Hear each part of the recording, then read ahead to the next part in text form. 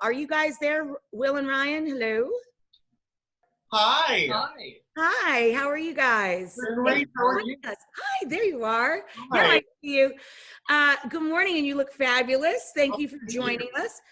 What would you like to ask Dr. Ian, who's literally standing by? This is so cool. Yeah. He's literally waiting to do a house call. Yeah.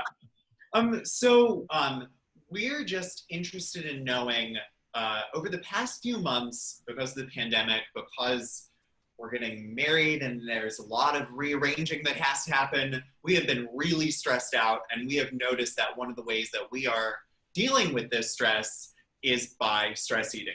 And we're not stress eating the healthy things that we should be. We're going straight for the junk food. So when you're stressed out, your body goes into what's called the fight or the flight mode. And your body first releases something called epinephrine. Now, epinephrine is a hormone released by your adrenal glands, which sit on top of your kidneys, those small triangular glands. The epinephrine, believe it or not, prepares your body to fight or flight. So you either you have a faster heart rate, you breathe deeper, you don't want to go to the bathroom, and you don't want to eat. So actually, in the beginning of stress, you actually don't want to eat because you're preparing your body for an emergency situation. However, if you're stressed out too long, your body then releases the big stress hormone called cortisol. Now, what cortisol does is cortisol goes to your liver and it says to your liver, hey, do me a favor, produce some sugar, some glucose. And so your liver makes glucose because you need energy, because glucose is energy. So your glucose now is circulating. But here's the issue. If your cortisol stays that way for too long a period of time, you are now start to crave more sugar. So you want more sugar. So you start reaching for those foods that are high in fat, high in sugar, or both. And so what happens is the reason why you eat those sugary foods is because, listen to this, when you eat the sugary foods, it dampens down your stress response. So that's why we call them comfort foods. They make you feel more comfortable. They literally comfort you. Wow. Absolutely. So I have some tricks for you guys.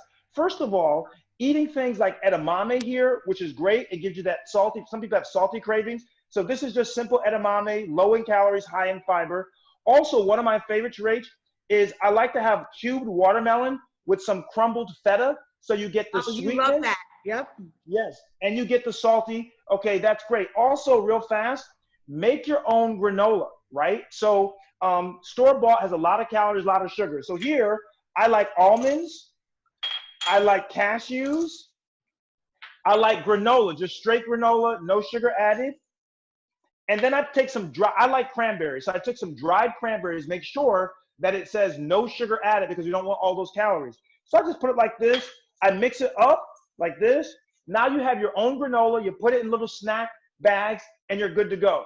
To be clear, by granola, you mean toasted oats. Yes. Yes, toasted oats. Yes, absolutely. And the other thing you can make real fast before we go is I like to have yogurt covered strawberries. So you take some Greek yogurt, plain Greek yogurt, by the way, let it sit out about 30 minutes because Greek yogurt, as you know, the consistency can be kind of tough. Let it sit out so it opens up. You take it like this. You swish it around to get that nice smooth. Then you put it in, I have a finished product here, swap out. You take a little baking pan, little parchment paper, and then you freeze it. In 25 minutes, you now have a nice frozen strawberry, right?